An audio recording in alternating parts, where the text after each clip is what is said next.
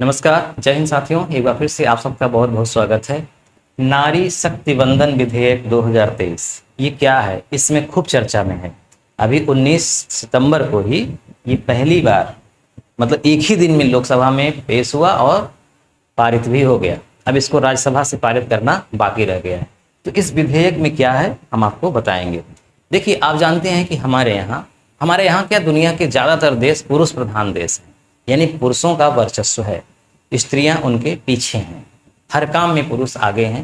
हालांकि अब स्त्रियां पुरुषों से भी आगे निकलती चली जा रही हैं, लेकिन पुरुष वर्चस्व के कारण उनके इस विकास में अवरोधक उत्पन्न हो रहा है। तो इसलिए कानूनी स्तर पर जरूरी है कि उनको प्रोत्साहित किया जाए, उनको कुछ अलग से सुरक्षा दी जाए। आजकल की महिलाएं बॉर्डर पर भी ड्यूटी करने लगी हैं, जहाज उड़ाने लगी हैं, वो पुरुषों से किसी मायने में कम नहीं है, कंधे से कंधा मिलाकर चल रही हैं। इसलिए अब जिन क्षेत्रों में वो बहुत पिछड़ी हुई हैं, जरूरी है कि उन क्षेत्रों में उनको कुछ प्रोत्साहन दिया जाए, उनको कुछ आरक्षण दिया जाए, कुछ सीटें रिजर्व की जाए। क्योंकि अगर पिछड़ गई हैं तो फिर बराबरी करना बहुत समय लग सकता है, इसलिए आरक्षण देना जरूरी है। तो नारी शक्ति वंदन विधेयक क्या है, इसमें लोकसभा और विधानसभा, लोकसभा और विभिन्न राज्यों के विधानसभा, यहाँ पर स्त्रियों का प्रतिनिधित्व बढ़े, इसलिए इसमें 33% आरक्षण की बात की जा रही है। 33% आरक्षण मतलब लोकसभा में भी और राज्यसभा में भी जितनी सीटें हैं, उन सीटों का 1/3 हिस्सा स्त्रियों के पास होना चाहिए। जैसे लोकसभा में इस समय 543 सांसद हैं, है ना। तो 543 में अगर 1/3 की बात करेंगे तो आएगा 181 महिलाएं होनी चाहिए, जबकि वर्तमान में हैं कितनी, लगभग 78 महिलाएं ही हैं। तो 543 में 78 महिलाएं ही लोकसभा में, होना कितना चाहिए, 181। यानी नारी शक्ति वंदन विधेयक के पास हो जाने पर लोकसभा में 181, कम से कम 181 महिलाएं होंगी। अधिक से अधिक भी हो सकती हैं भाई, सामान्य सीट से चुनाव जीत करके अधिक भी हो सकती हैं, लेकिन कम से कम इतनी महिलाएं जरूर होंगी। इसी तरह से विधानसभा में, जिन भी राज्यों में जितनी सीटें हैं विधानसभाओं में, वहां 1/3 महिलाएं होनी चाहिए। ये विधेयक जो लाया गया है, दरअसल बिना संविधान में संशोधन किए नहीं ये चीजें हो सकती, क्योंकि जानते हैं लोकसभा, राज्यसभा, विधानसभा, विधान परिषद, ये सब संवैधानिक संस्थाएं हैं। यहाँ पर संविधान में वर्णन किया गया है कि लोकसभा में कितनी सीटें होंगी, राज्यसभा में कितनी सीटें होंगी, विधानसभा में कितनी सीटें होंगी, सुप्रीम कोर्ट में कितनी सीटें होंगी, मतलब जजों के लिए हाई कोर्ट में कितनी होंगी, सबका प्रावधान है। निर्वाचन आयोग में कितनी होंगी, सूचना आयोग में कितनी, सब कुछ लिखा गया है। इसलिए इनमें संशोधन, मतलब इनमें कुछ हेर फेर करने के लिए संविधान में संशोधन करना पड़ता है, यानी कि संविधान में हमें लिखना पड़ता है कि अब से इतनी सीटें होंगी। तो इसीलिए हमारे संविधान में जो ये विधेयक लाया गया है, इसके लिए 128वां संविधान संशोधन किया जाएगा। 128वां संविधान संशोधन। संविधान संशोधन क्या होता है, यानी कि संविधान में संशोधन के लिए की गई प्रक्रिया संविधान संशोधन है, अनुच्छेद 368 के तहत। यानी अभी तक 127 संविधान संशोधन बिल पेश किए जा चुके हैं, ये 128वां है। अगर ये पारित हो जाएगा तो लोकसभा में तो पास ही हो गया है, अब राज्यसभा की बात है, राज्यसभा में भी हो सकता है। इस बिल के लिए किसी भी राजनीतिक दल ने सामान्यतः विरोध नहीं किया है। कांग्रेस ने खुले मत से समर्थन किया है कि हाँ, इन स्त्रियों के लिए ये होना चाहिए। अगर विश्व स्तर की बात करेंगे तो दुनिया में विश्व स्तर पर संसद में लगभग 26% भागीदारी महिलाओं की है, पूरे वर्ल्ड स्तर पर, जिसमें से 31 देशों में महिलाएं, 34 महिलाएं प्रमुख हैं। प्रमुख मतलब कहीं पे राष्ट्रपति हैं, कहीं पे प्रधानमंत्री हैं, इस तरह से। जैसे हमारे यहाँ सबसे प्रमुख कौन है, राष्ट्रपति, महिला है। इसी तरह से दुनिया के 31 देशों में 34 प्रमुख महिलाएं हैं। फिर भी जब हम देखते हैं तो 26% ही आंकड़ा आता है, और हमारा देश भारत 143वें स्थान पर है। अभी भी सोचिए, 200 के आसपास देश हैं, जिसमें से 143वां स्थान भारत का है, यानी इससे बेहतर 142 देश हैं। तो हमारा देश तो बहुत पिछड़ा हुआ है इस स्थिति में। तो यहाँ पे स्त्रियों को प्रोत्साहित करने के लिए ये चीज़ें ज़्यादा जरूरी हैं।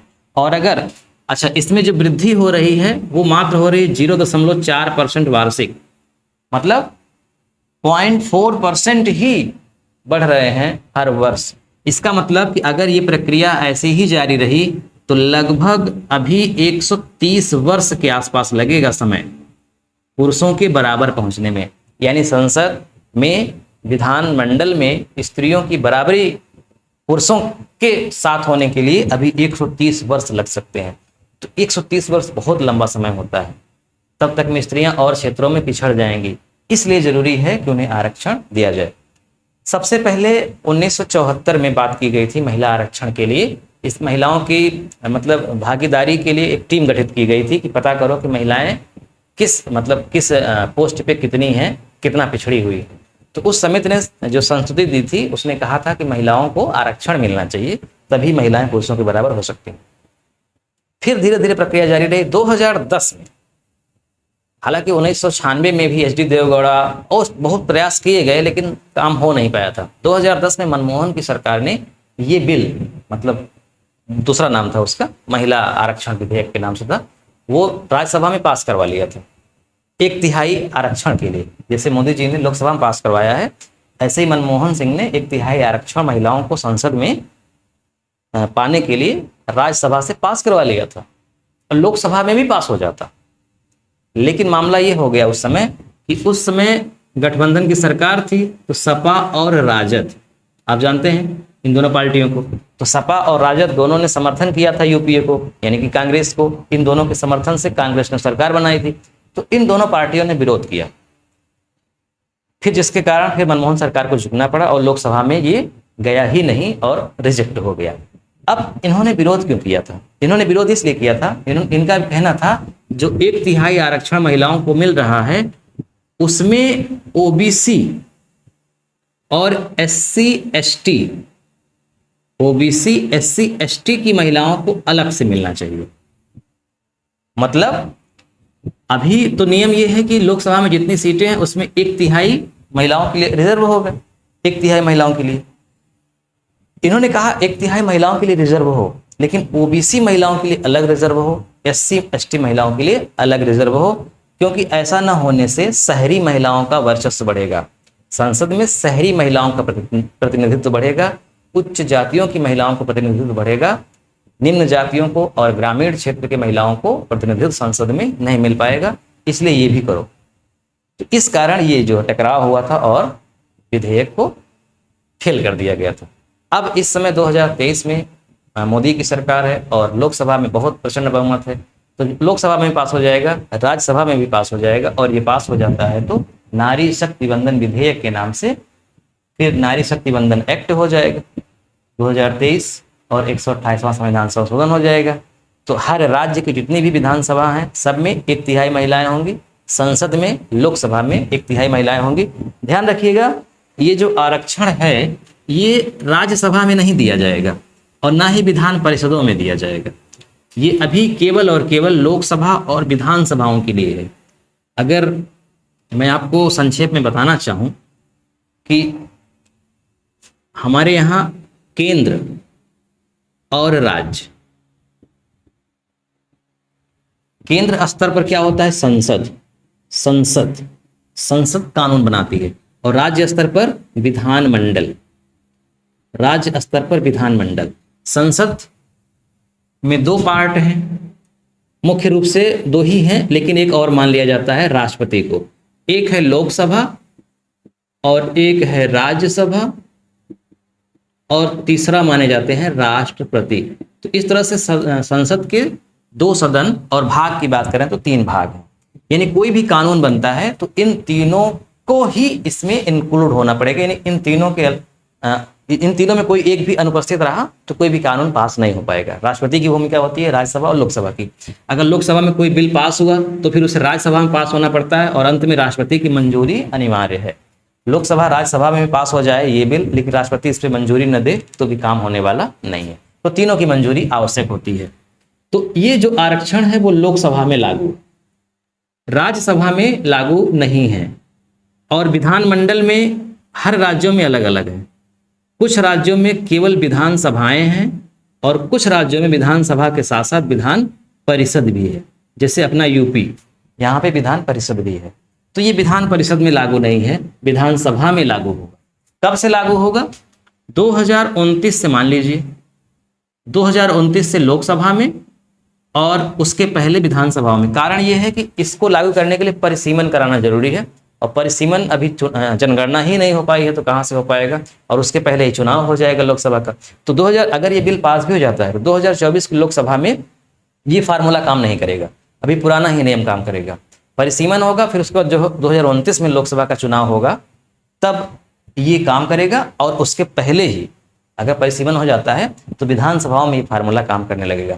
वर्तमान में अगर हम महिलाओं की स्थिति की बात करें तो संसद में तो सबसे ज़्यादा पश्चिम बंगाल में 12 महिलाएं सांसद हैं, यानी पश्चिम बंगाल से महिलाएं 12 ठो हैं जो संसद में पहुंची हुई हैं। दूसरे स्थान पे यूपी आता है जहां पे 11 महिलाएं हैं। तो पश्चिम बंगाल और यूपी फर्स्ट और सेकंड पे है जहां पे सबसे ज़्यादा महिलाएं सांसद हैं। इसके अलावा 7-8 राज्य ऐसे हैं जहां कोई महिला सांसद नहीं है, जैसे अरुणाचल प्रदेश, अंडमान निकोबार द्वीप समूह, दमन दीप, मिजोरम, गोवा, ये सब राज्यों में कोई महिला सांसद नहीं है। विधानसभाओं की अगर बात की जाए विधानसभाओं की, तो विधानसभाओं में छत्तीसगढ़ नंबर 1 पर आता है। छत्तीसगढ़ में सबसे ज्यादा विधायक महिलाएं हैं, 14.44%। मतलब वहां का विधानमंडल में जितने लोग हैं उनकी तुलना में 14% या 15% के आसपास महिला विधायक है। छत्तीसगढ़ नंबर 1 पे आता है। और सबसे नीचे मिजोरम है, मिजोरम में एक भी विधायक महिला नहीं है। यानी भारत का कोई भी ऐसा राज्य नहीं है जहां 15% भी महिलाएं विधायक हों, 15% से कम ही हैं। तो ये कुछ फैक्ट हैं जो आपको जानने चाहिए थे, याद रखिएगा।